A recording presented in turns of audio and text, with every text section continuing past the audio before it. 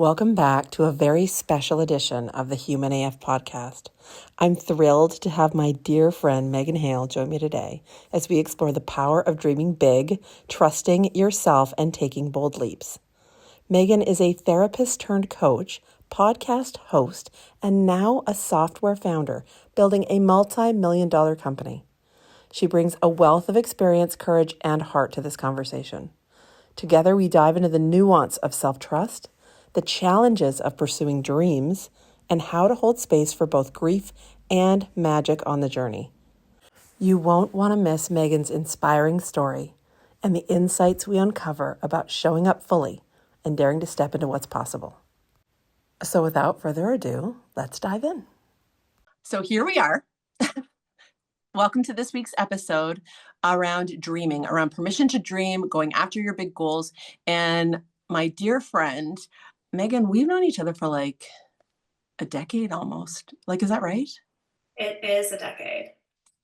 And so, you know, we've seen each other go through many things and take many leaps. And when I heard about your Dream Summit, I was like, I would love to talk to you about this because I think people, well, we're going to get into it, but I think people that have big ideas, or maybe they're not even giving themselves permission to have big ideas, they might really benefit from this conversation because I think you and I come at it from very different angles. And I love that about us. Yes, me too. So, I mean, like your work. Okay, so Megan, I'm going to talk a little bit about you. So just get uncomfortable for a second. But like there's just such a full spectrum. You know, when we met, you were a therapist just turned coach, podcast host. I was on your podcast about 9 years ago, and now you're a software founder. Like there are so many leaps, and not to mention your personal life. You're a mom, you're a wife of a pilot, military life, life of service, both at home and in the world. Yeah. But your work and like your presence has always felt like it's been of service, and it's always been rooted in helping others expand into their personal best, you know? And it's always been about leadership, embracing big goals, navigating all the stuff that comes up when you do these courageous acts, which you and I align with very well, because, you know, as you do big things, big stuff comes up. Yeah. And so to me, you're like this multifaceted Swiss Army knife, you know, you're just using all the tools, all the skills, all the experience you've gathered. You're like culminating it together and you weave it into like how to change the world. And that's not just a trite eye roll. It's like you're deeply rooted in social change and how business has the power to impact that. And so I'm so excited that you agreed to hop on today to talk about this theme of dreaming big, what it means, what it looks like, and to give ourselves, you, me, anyone listening, permission to go after what we want. Yeah. And so that's my little bio of you from my perspective. I think you like really truly captured it though. I mean, that's been the journey, right? Of like really starting in the healing arts because I needed that for myself. And I felt called to help people in that way from the time I was like 15 years old, sitting in my first therapist's office, completely awestruck that there was a whole field dedicated to helping people live happier, more fulfilling lives. And I was like, that's what I want to do. And that, of course, has like evolved and changed and grown and expanded as I have developed more skills and gone through other healing journeys. And how does this all apply? But the anchor point has never shifted, right? It's just manifested differently as I have grown and changed. And I think that's like the beautiful thing when we can really identify that through thread, because sometimes it's really challenging to give yourself permission to evolve because it feels like it's such a departure and that you're leaving this part of you behind, but it's really just starting to show up in a different way if you can trust that pivot and to keep walking into it. Right? Like as you grow and change, so much grows and changes with you. And do you give yourself permission? It's like an identity shift. 100%. I remember when I started stepping into money in 2018, I was like, who am I to even talk about money at all? Like it was so much imposter syndrome, so much of the who am I's. But still, there was like this deeper part of me that said, because because you approach this from such a different angle, because you have different lived experience, because like there's all of these because yous, right? And I'm so glad that I trusted that, because oh my gosh, like what has been built from that trust. I mean, I can't even, like, we're building $100 million company right now, right? We're at the very, very beginning stage. Yeah. That would not have been possible had I not trusted that. Now you're talking my language, because I'm really embedded in trusting yourself right now, realizing that that's the gateway to making change inside and outside. And what Yeah. a big topic, what that even means. I don't think a lot of people are walking around saying, well, I don't think I trust myself. But like, No. how does it show up for you? Because I know how it shows up for the people that I work with, but I would love for you to talk a little bit about that experience of exploring trust, and yeah, how, what that's the Yeah. role it's played in this. It's literally been everything. It's literally been the foundation of everything. But I think the thing that this sparks for me, so you remember the Wild and Holy brands because you were a guest expert in Wild and Holy here, right? Yes, we go way back. And I used to lead these spiritual retreats. They were called Wild and Holy Weekends, and they were just one of my favorite ways of gathering women and just doing like deeply transformative work. And I used to create these little affirmation cards, and they're all different for every single woman. And they would all find their affirmation, or their affirmation would find them at the retreat. And it was always so magical because it always deeply resonated for them. Mhm. But I wrote one and it said, knowing feels heavy and then light. And Mhm. for me, when my soul is giving me something uncomfortable to step into, I'm like, I don't want to do that. It feels scary to do that. And all the self doubt is there. And it feels so incredibly heavy because I'm resisting and I'm fighting with this thing that my soul knows is true. But Mm. the minute that I surrender and trust, it's like the weight lifts. And so for me, self-trust, sometimes it doesn't feel good. It's like it's asking you to step in with it and to partner with it. And you're like, like a deep breath, you know? It's asking you, sometimes it's asking you to expand. Sometimes it's asking you to kind of take a step back. Like there's no rhyme or reason. But I think when you're surrendering to that and in alignment with that, it's like every single time it's like a red carpet gets rolled out in front of me and the right people start showing up, the right opportunities, and it's just like all you got to do is walk, right? So I wanted to talk about this specifically because you and I have both taken maybe deemed somewhat radical leaps, with our lives and businesses in different ways. And when you one thing I admire about you is you putting yourself out there so fully. You know what I mean? Like, you really express what your thoughts are, what you're going through, what you need, what you want. And that's such a fundamental piece that I try to show people, that when you do that, when you just invest in admitting, I always call it admit your shit, right? You've heard me say that before. Like, and your shit doesn't have to be bad. It's like your shit is like, I got an idea. It's like, this is my shit. You know what I mean? Like, it's got a spectrum. I love that. Yeah. Um, and that if we invest or trusted honesty, maybe is what I'm saying, like just being really honest and real with ourselves, and then obviously being discerning with who we share that with. Maybe you want to talk about that, but it's like when you start admitting these things, this is the place where I see things get magical, Mhm. right? And it's stuff that, like, you're showing up, like you said, all you got to do is show up and walk. But it's like, show up, walk, be you as you as possible, warts and all, Yeah. not knowing and knowing. Yes. I mean, that right there. If you can give yourself permission to not know and not be okay, oh my gosh. Well, and guess what? Here's what I'm gonna add: not even be okay. Like, no, I Yeah. have, like, how many times have you moved? And feel free to share a story, but it's like, how many times have you moved through something where you knew some stuff, you didn't know stuff, and you were not okay, and it Yeah. was fucking raw. Oh my And God. Yeah. I've had like years of that. and shit shows up that you're like, I couldn't have, I couldn't have manufactured that. I couldn't have dreamed that. Like, when you realize that you couldn't have even have dreamed that, but each one of your steps put you in that very place for Hmm. that thing to open up. You know what I mean? For it to for the opportunity, for the thing the person said, for then your next idea to show up, for then the next door to open. And that's where I'm like, this is where it gets magical. And that's the daring to suck piece, which is like, you got to dare to invest or trust that nudge or the idea or whatever it is, and be kind of shonky with it, like not to have to show up polished. But it's, it took me trial and learning to like get, I don't even want to say comfortable with it, but familiar with the process. Totally. So so then the point that I wanted to make is that, have you noticed this, that when the red carpet unrolls, the doors open and shit starts to get easier, and the thing that you were once cornered with, the big bad thing that happened, you're like, it's all over. Because you have an example of that. And then it isn't. And then you realize, if I just keep showing up, it reminds me of the Truman Show.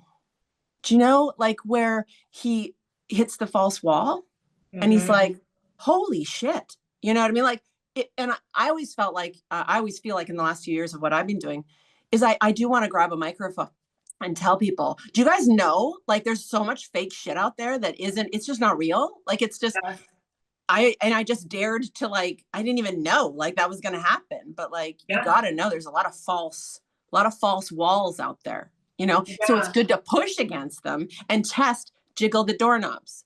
So I would love for you to talk about moments like that for you, to demonstrate what that was like for you, as you've maybe even gone from therapist to coach to this, to that, to now like $100 million CEO founder.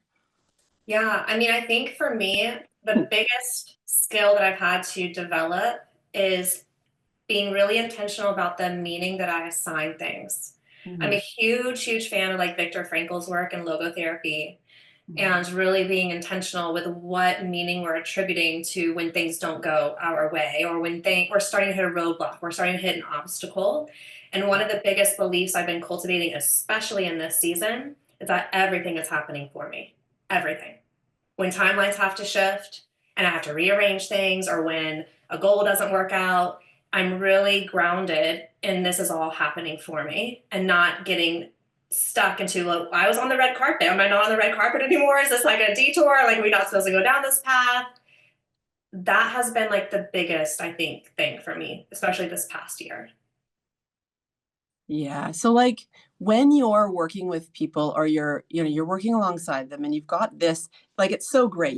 You really do come very fully packaged. There's resiliency that I think has built a foundation because you've dared yourself to be through a lot of stuff.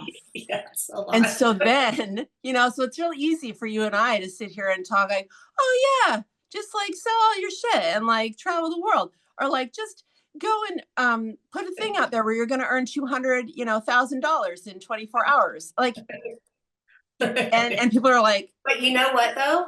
I think one of the reasons that has been possible for us is because we're willing to fail in public. If it doesn't work out, that's okay. We know how to hold ourselves through that because we've done it before. And the 200K goal didn't work out, right? But that was like, I remember somebody said to me maybe a few years ago, because we were going through like for a really, really big goal. And they're like, I just can't believe that you would name that publicly. Like, what if you don't hit it? And I was like, so what? Like, what if I don't hit it? Like, just the audacity to even go for the thing and to try for the thing is huge in and of itself, because I'm a firm believer, if you keep on going for big things and you keep on trying for big things, one, you're either going to get there, or two, you're still going to land somewhere magical simply for going for something that big to begin with, right? Like, there's nothing that you truly have to lose, unless your ego is so incredibly vulnerable, like, I can't bear to lose in public. What will people think of me? But honestly, we get to choose how much we care about what other people think of us. Amen. Yeah. It's so true, but it's so fundamental that I think that when you want to sort of live out loud and really dare to just be here fully, that's what I think we're talking about. Is like, more and more, I guess maybe the older I get, it's like life is really short. Yeah. And I guess, I've been doing this for over 10 years now, just like daring to step out of that smaller space be more myself. What does that even mean? Learning more about myself, just like you, from wife, girlfriend to wife to mother to business owner. Some of us went into that kicking and screaming, but then to be with ourselves fully is to be with a lot of vulnerability and emotion and mess and shame and pain and like just releasing all the ties that bound us as from our developmental years. And I think that's been the commitment that I know you've made, is investing in your mental health, being curious about what the hell that feeling is, what's that idea, where did that thought come from? Like, you've really made that, I feel like, the difference between you and maybe someone else that is a bit more freaked out, or like you said, their ego's like, no, it's too scary, is that. What's your experience been with that as you've gone? Like, what would you tell them, or how could you show them what that looks like? I mean, I think the work that both of us have done, because we've talked about it many times over the years, is this concept of integrating your parts. Mm-hmm. And I think that is foundational, honestly, because if there's parts of you that you have not learned how to reassure or to love into the light or to love them in the moment, it's really, really hard for that aspect of you to drive the show versus you being really intentional of saying, who does this dream need me to be? What are her beliefs? How is she coping? How is she loving herself? How is she working towards this goal? I have so much clarity around, one, making that a practice and asking that question of myself when I'm feeling scared, because we have that choice of shifting into that version of ourselves without abandoning all of these other parts. They get to come along with us. And I think so many times we're like, I can't do this because this part doesn't believe that. I'd say, but it's actually you doing it that this part starts to believe it. And I know that you talk about courage and confidence, and like it doesn't come from thinking it, it comes from actually taking the step, and then it shows up right alongside it, right? And I think that that is so integral to how we walk through the world. But there's one thing that I think, studying into this big dream and starting to name it, which I think is so important, to speak your dreams out loud, because they start to carry their own energy. They start to take up their own space and grow their own roots, where it's not something you have to drive forward. It now lives outside of you and y'all are journeying together. Mm-hmm. But I think one of the things that makes it really important of being able to name your dreams out loud is to be able to say there's no one else that you need to be. Like, who you are right now truly is enough, right? And if it's not enough, like, you're becoming it, just as the dream is like, it's always like almost like a step-by-step process. You're going to take the brave step, then the dream takes the next one and says, okay, grow a little bit more, and then you grow, and the dream's like, grow a little bit more, and then you grow. And I just think it's such a magical way of living your life, honestly, Mm-hmm. because your dreams are always like just inviting you to expand just a little bit more. It's like taking just that extra little sip of air when you think you can't take anymore. I think the universe, I see us sort of rolling the dice, like we've got an intention with the shake, we're like, all right, Mm-hmm. I want a 7 or whatever the hell it is. And you roll the dice. But as soon as those dice leave your hand, it's just that feeling of like, it's out there, it's moving, people are Yes. seeing it, Yes. and we don't know how it's going to land. And I don't know whether it's the universe or our higher self or whatever I know to be this ethereal, a puppet master or co-conspirator, very much co-conspirator of like, let's play. Carrie Ann's playing, Megan's playing, so and so's playing. So Yeah. let's meet them with the next set of numbers. Yeah. That's sometimes really going to challenge them. Snake eyes, whatever that means. I think that's bad. But like, you know what I mean? And like, and then guess what that's going to do? It's going to bring up some fucking feelings of Yeah. like upset, devastation. Maybe it'll bring up some failure shit you didn't even know you had. Um, and here's the invitation, right? The invitation is from my perspective is my job. I think the only difference between me and somebody that has more stop start energy, which I've had, and I have at times, is my commitment to be like, okay, if it's coming up, then let's go. Let's Yes. feel it. But not feel it to keep it, feel it to release it.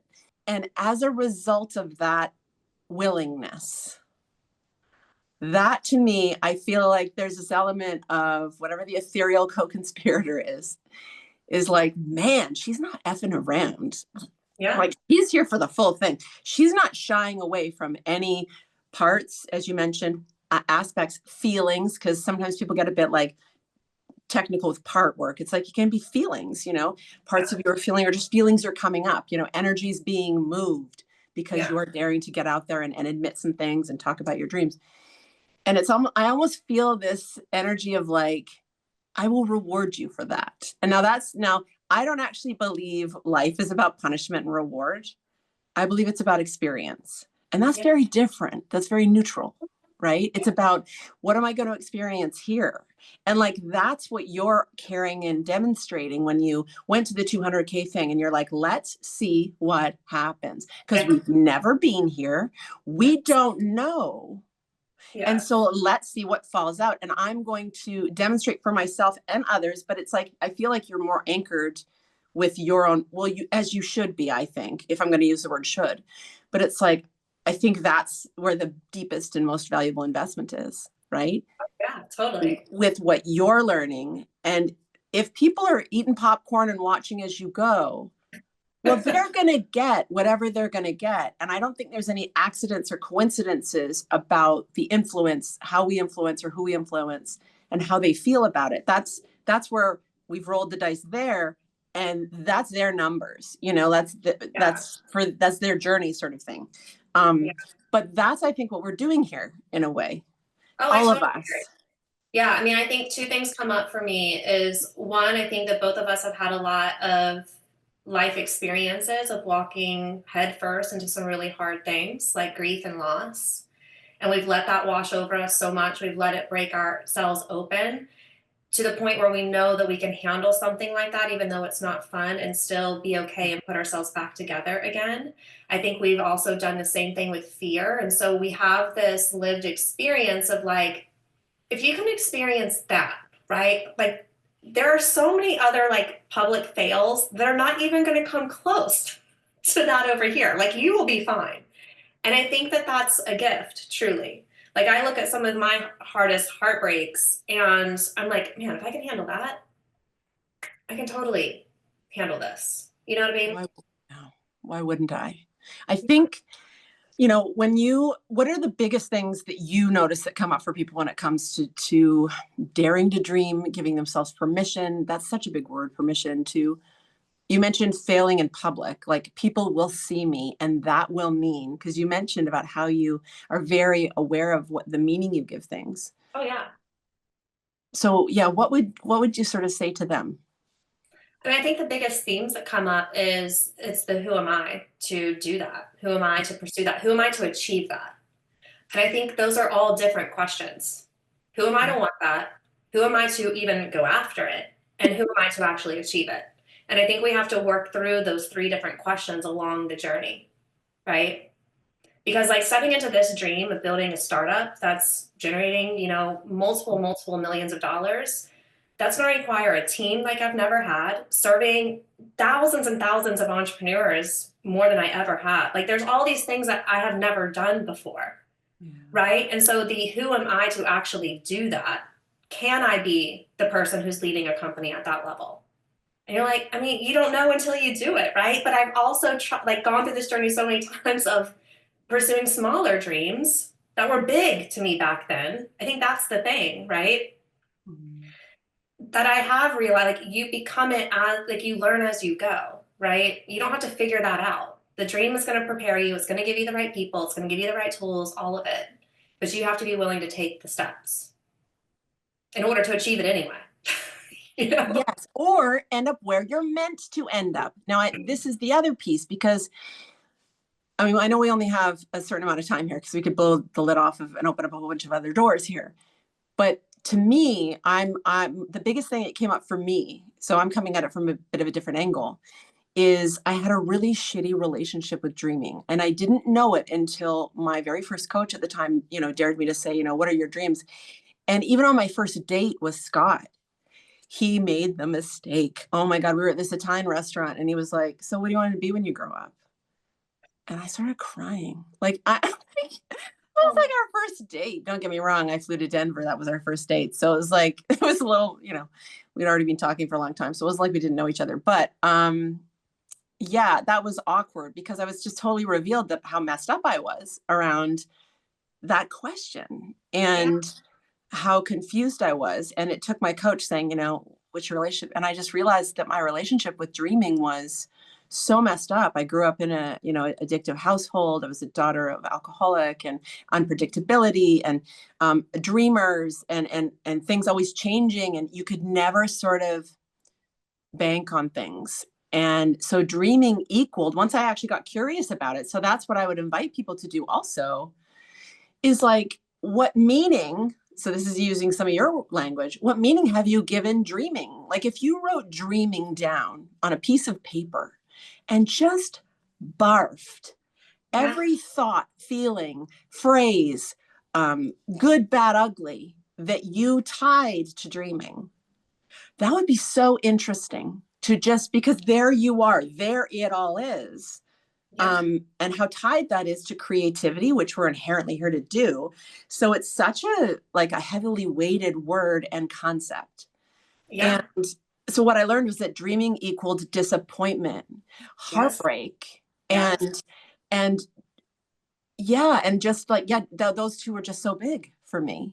I've been Yeah. there too. I've been there too, Mhm. like almost like afraid to dream because I didn't want to be disappointed if I didn't reach it. And so I would protect myself from that. But also the interesting thing that showed up for me, especially in the enoughness work, which is where I really started my coaching business, Yeah. is that dreams were creating this longing, almost an ache.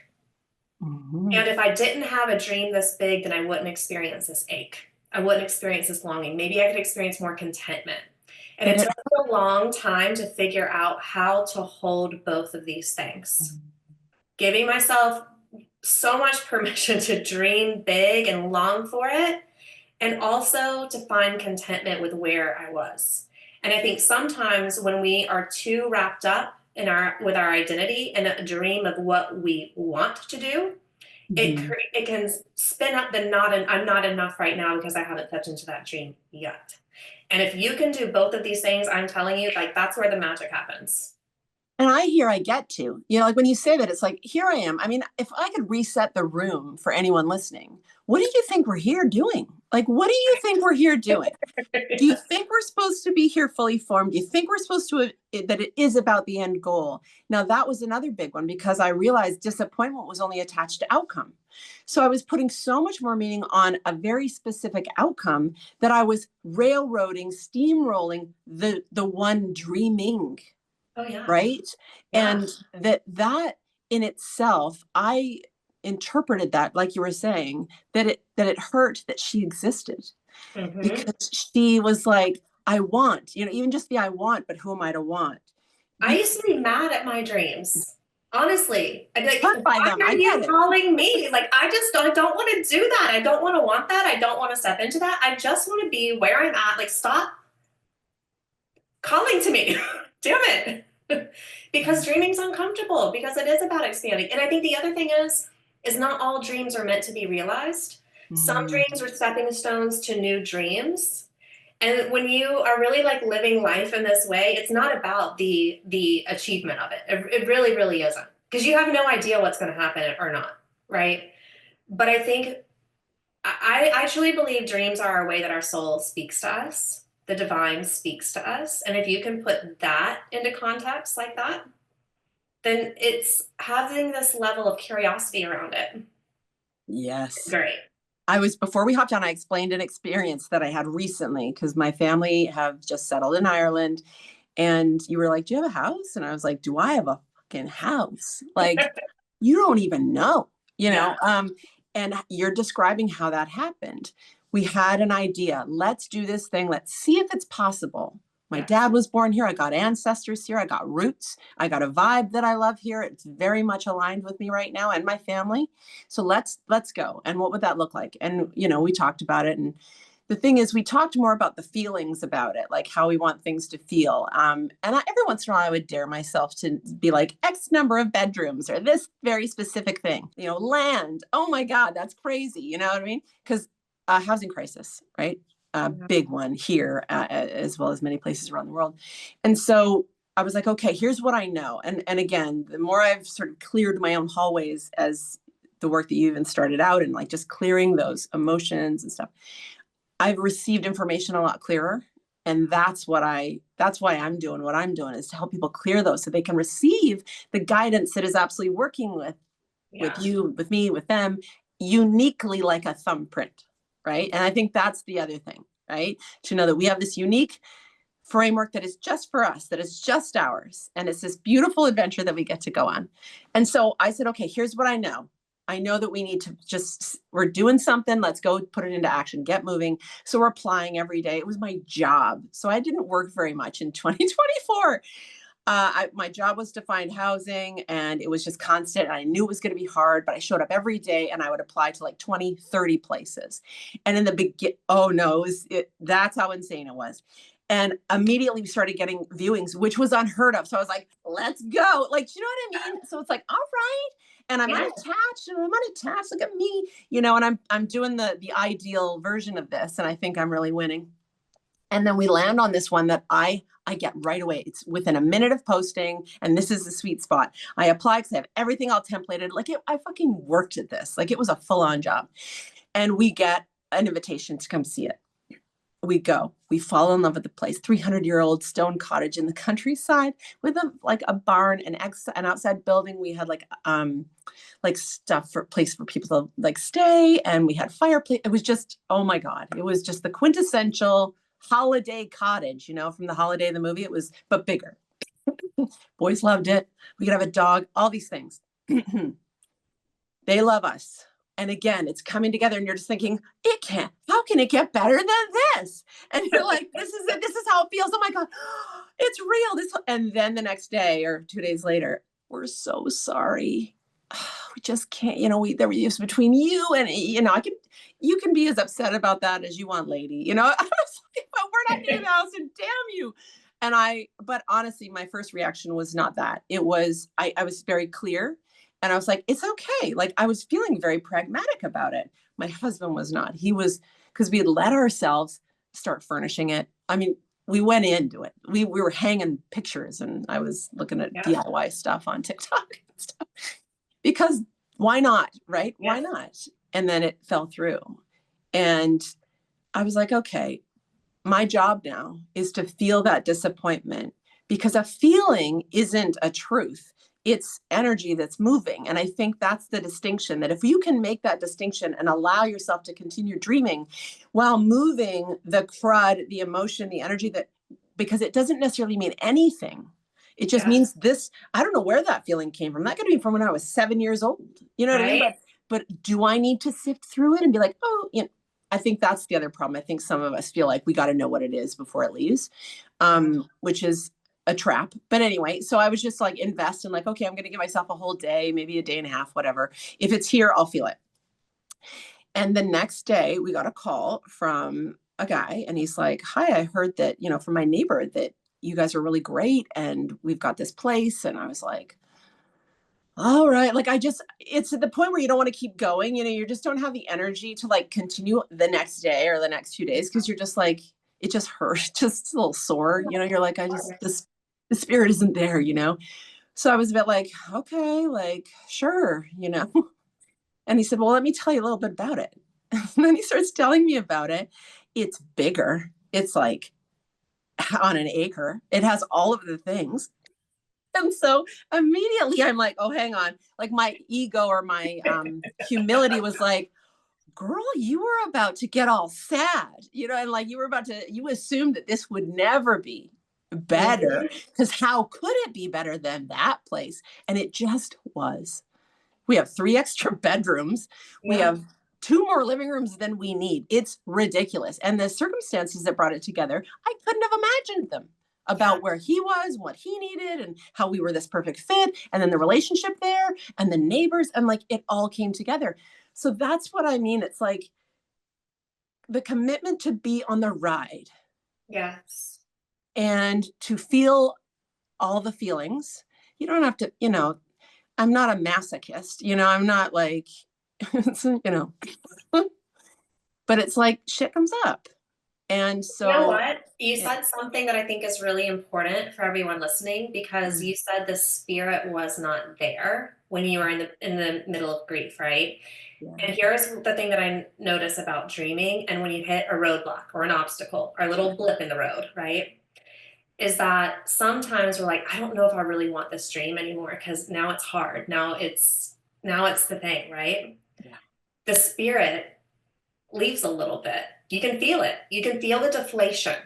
And everyone knows what that deflating feeling feels like of, oh, maybe this is going to be harder than I thought. Maybe this isn't going to work out as easier as I thought. Maybe you start with the maybes and then it Yeah. starts to question how much do you kind of like, do you want this? Do I not want this? Because if you want it, you want all of it, right? And I don't think most of us realize when we're saying we want it.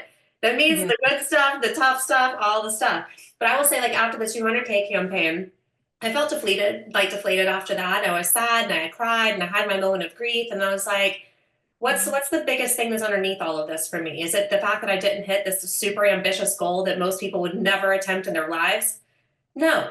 Who cares? We're going to raise $200,000, whether it's today or whether it's over the course of I'm not worried about that, right? The thing that was underneath that was like, oh my gosh, what are people going to think of me that I failed? That maybe I wasn't good enough to do this, or maybe the software isn't good enough to do this. It's like, oh, this is interesting. The grief that I'm feeling is actually coming from this fear of what other people are going to think about me. But what do I think about me? My thoughts about me are great. Right? I'm like, you went for it, girl. Like, you did it. You believed it was possible because I truly, truly did. Right. And that's like the stuff though, it's like, what are the questions that you're asking yourself? Notice the deflation, hold it. Can you hold it? Can you sit with it? Can you still dream with it? That's the stuff. And like what you touched on, which I think this is where my mind goes, which is in the moment, you don't know that this is going on. Because I always want to peek behind the curtain. And what's going on here? You know what I mean? So after I go through sort of shitty things or like, what was that? WTFs, right? I'm like, what was that? Like, what was that all about? Yeah. And then when you ask better questions, you get more aligned answers, truer answers. But sometimes answers, you're like, oh, I never thought of it that way. What I'm getting at is that when you're talking about, that letting go, that you said part of the spirit of it falls away. There's a devastation. I literally saw like the side of a cliff kind of falling away into the ocean. And that to me is where we have our ideas. We have an intention and we have this mind and we have our humanity, which is like full of ideas and creativity and very specific stuff. And we love to build things and we want to make shit and play with form. And we're being asked to do that. And then something will happen that will say, actually, there's something else, but we're going to crust away that part of your ego and it's going to fall away. And that's to me what hurts. And then when I realize, oh, I'm being changed, like I'm being changed right now. The dream is actually being changed, but it's being evolved, but not on my terms. This is where my idea bumps up against the thing that is meant for me. And it says, hold on, girl, hold on. We're just going to take that little piece away. Just like, I know it's like a bikini wax you didn't ask for, but it's like, you'll see later. But so it must be so hard in a way for this ethereal co-conspirator. I love that I keep saying that, to be like, man, I wish she knew. Like, I just wish she knew where this. It's like, you won't care about that in 6 But weeks. that's where the trust comes in, right? It's knowing, like knowing without a shadow of doubt, and that you're not going to know right now. I gave up needing to know right now a long time ago, and I live and breathe by the affirmation, I know what I need to know when I need to know it. It's not up to me to know when I need to know that. It's something so much bigger than me. Like, I remember when you were going for, it was trademarking, and there was so much more, like, we have to talk about that because it was this freight train of wanting, this freight train of it has to happen. You see the grip? See, that's human. It has to happen. I summited a mountain to get, I went on a journey in a national park to get perspective because I thought and believed that if I did that, the answer was going to live on top of that mountain. I'm serious. It's like, come hell or high water, I'm finding this answer. And it found you, and you figured it out. No. But I don't think that was wasted. You just might not know right now in this moment what that was, but it was something. Otherwise, you wouldn't have gone there. Now that's where it's like, so to me, trust is about trusting the instincts, even if we don't quite know why we're being asked or invited to do, or, you're just trusting your urges, your instincts, and like to go to the mountain. So one day you might be like, oh, that's what the hell that was. You know what I mean? And Yeah. so I just, like you said, when we know it, we're just, if we were told all the things right now, we would explode. Like, Oh my so gosh. Absolutely. what I want people to understand from this conversation is that you've got to realize that it's, I suppose it goes back to maybe that saying of like, rejection is protection. So it's kind of got that vibe, but it's like, you've got to understand, like, so I guess the question that I asked, it's something that I would say is like, oh, I can't think of it right now, but it's almost just like, well, I don't know. Like, oh, like what else? What else? That's what it is. Sorry, I'm like, thank you. Just dropped in. I'm like, what else might this be? What Yeah. else might this be other than I'm an awful person? What else might like is so those feelings will come up. I'm not worthy, or it's because I suck. On our worst days, we'll say it's because I'm not meant to do this. Like I'm clearly not meant to do this. This Yeah. irrational. And so allowing that just in order to leave, like, oh, I'm saying some really irrational stuff, Yeah. then I think the better question is, all right, fine, I'm going to write all that stuff down just to get it out of me like poison. And just suck it out of me. Go. And now I'm going to sit and ask, what else could this be? If I were to allow my imagination, which is your intuition, to like play with other friggin' possibilities. And you'll come up, it's like brainstorming with the universe, and it opens up a door for your guides or your higher self or whatever the hell you believe in to send very subtle ideas and suggestions about what else it might be. Oh, it might Yeah. be because of that person. Oh, it might be because you're meant to be here. And it starts to help support a bigger picture. And I think that personally is what helps me stay in the game. And I don't mean life, I'm not ready to check out or anything, but to stay in this actively conscious playing with Dreaming. form. Yeah, dreaming. Yeah. I mean, I think too, it's like the question I ask myself is what did that plant? What did that create? Because the goal, like for the 200K campaign, because it's like the most recent thing that I went for. On the back end of that, I said, so what good came out of that, right? Well, we had a lot of visibility around the software that we're building. We got to talk about all of the features so people know what it is that this thing even contains. Like Mhm. it did all of those things, right? It started to introduce people to me who's like ambitious as fuck and going after these big dreams. Like, who is this girl who thinks this is possible, right? Who is she? It's like all of those things. So I Mhm. think it's like, what else? But also, what did it create? What did it give? What's already been done because you went for the thing? Exactly. So And I see will what's say, Mhm. one thing that I want to add to, we'll kind of circle back for a second, but I've been thinking about this concept of speaking your dreams out loud. And one of the reasons that prevents us from doing that is Mhm. because when we don't reach a goal, it's really hard for us to know how we're going to hold that grief with other people when they ask us how it went. Okay. 100%. So here's the Yeah. thing that I've learned with this. It's almost like one of the big life things. So many of us are taught not to announce a pregnancy until we know that it's viable. Because if we were to miscarry, how do people hold that? How do you hold that with them? It's a very complicated, right? And so we've been taught that that's the way that you do things, so you don't have to create grief and sadness for people that this thing didn't work out. And worse, that you don't have to hold those conversations again and again and again with people. Okay? It's the exact same thing with dreams. We Mhm. are scared of putting it out there because if we don't reach it, how are people going to respond? Now we're creating sadness and blah, blah, blah. And how are we going to hold it? But here's the thing that I have noticed with this is that so many people want to see you win. So many people are going to come up to you and say, oh, I was rooting for you and you so got this. I believe in you. Like they buoy you up. And they wouldn't even know to do that if you didn't speak that dream out loud to begin with. So if you want people to rally around your dreams, if you don't want to have to hold them all on your own, you have to share them with the world so people can rally around you and support you. And be there when things like I've lived what you just described, and we did it both ways. We waited, and then we told, and it was the next day. So we hadn't told everybody. So the worst thing is to tell people we were, and then we weren't.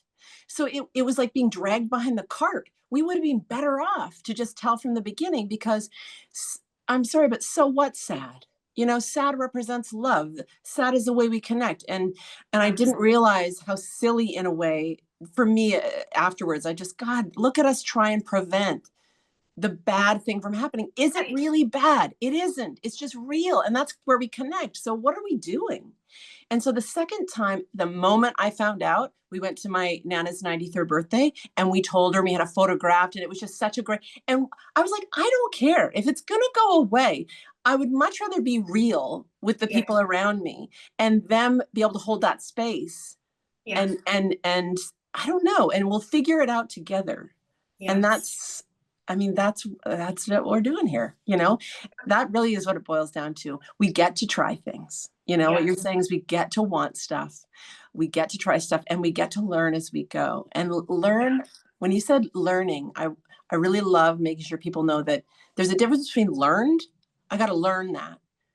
What? Like, sorry, but I just, part of me is like, that word, I don't know when I've ever really completely learned one thing completely with a bow and it's done. To me, Right. it is all learning. Like, I wanted to underline that when you said that.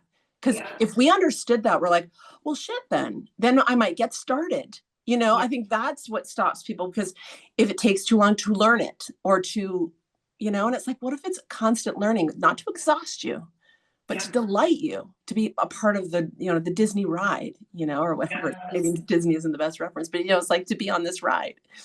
But But that's what it is. I mean, and I think when you're saying yes to dreaming, you're saying yes to all of it. And it requires a level of courage, but you don't have to have all that courage right now to start. Like that courage builds as you go. But I think when I think about life, when I think about, when I'm at the end of times, I'm looking back at everything, I want to know that I went for things and I allowed my dreams to pull me forward. And wherever I went, wherever they took me, I knew that I listened to my heart. Like that's it for me. And I think I'm not alone in that. I think many of us want to live a life that is magical and expansive and just full of everything. Like that's a life well lived. It's a life fully lived. to do the full donut on the lawn of life is how I see that. Like just the tire marks. I want deep grooves. And but it's not necessarily about that. You know, like that differs between each one of us what that means. But like to be here in our life. So thank you for being here. And I know you've got to go, but man, we could talk forever. Yeah. And I'm excited about the summit coming up in March. Let's So you talk want to about talk a little bit about that? Yeah, And let's talk then, about that. yeah. So I'm a big believer in throwing parties and celebrations for big milestones because if you don't learn how to celebrate yourself, they're not going to be many parties, right? I think it's really important that we take the lead on that. And so March 7th, we're debuting the Dream Money software to the world for the very first time. And so when I was thinking about how I wanted to do that, I knew I wanted to throw a big party of some kind. And that's where the Dream Bigger Summit was born because this dream is requiring me to dream bigger than I ever have. I'm so on this vulnerable ride of like stepping into all of these things and not knowing and like all of it, right? But I think when I envision the world that I want to be a part of and the world that I see, it's going to require all of us dreaming bigger around what our contribution is, about the impact our businesses can have, the people that our work can impact and affect. And so the Dream Bigger Summit is a day for us to gather the dreamers and the visionaries and the world changers and the culture makers to really pour into our dreams for a whole day while we also release the software that helps you strategically bring those big dreams to life. And so we're having some amazing keynotes and breakout sessions, you being one of them. I'm so excited about your talk as we're talking about this self-trust piece. How do we trust ourselves to actually go there and to know that we can hold ourselves through it? I think it's such an integral part to dreaming. So if you'd like to join us, I would so love to see you there. I'm a hugger. I like to get Oh, close up with your dreams, right? Like that's me. first thing I said to you. First thing I said, you're such a good, I always acknowledge people when they're good huggers because my grandfather was, my dad was, my mom is, like it's a thing in my family. And I was like, you're such a good hugger. I love it. Oh, I I really do. can't Like wait. there's nothing better. Like Mhm. I just almost like imagine like our hearts touching of like you're here and I'm here and something magical is gonna happen, you know? And we saw each other in 2017 and we'll see each other in a couple months. Yes. And anyone else that wants to join us. I think what you're doing is amazing. I'm so grateful to have this conversation, and we could open up several other doors, and maybe we will. But in the meantime, how can people find you and the Dreaming Summit? Yeah, so the best place to find me is over on Instagram. I'm at Megan Hale Co. And you'll see everything around the summit there. There's a link in bio to get your ticket. We have early bird tickets available through January 31st. So this summit is also super accessible for people. Like our tickets are just $297 early bird and then $397 full price, because we're pricing it for our Omaha market. And we want a lot of our local entrepreneurs to come. But I have such a bigger national, international audience that I'm hoping that this ticket price makes it a no-brainer of like, yeah, like come be with us for the day. So definitely go and check out all of those details, but the link in bio is the easiest place to go. Or you can go to dreammoney.co/summit. Wonderful. And Megan, you attract such amazing people. Like anyone thinking about going, I just know the circle of women you have around you and the network, and it's Yeah. just very real. And so women supporting women, but really, like That's what really. like all of the speakers have said as we've confirmed each one. It's like, I know this event is not going to be a huge sales fest. Like this is actually about transformation. It's about community. And Yeah. Dream Money, although it's a software company, we truly are a people company first. And I want to create opportunities for us to get together in person, because there's nothing like somebody pouring into your dream, mirroring something back to you, like holding your hand, like touching, like having your dreams be touched, y'all, is like, not, there's nothing that can even come close to it. And I just think more than ever, we need to embody community, to feel it, to remember what that's like. Because women have really stepped far away from circles. And I mean, the pandemic, all those things really pulled us further apart.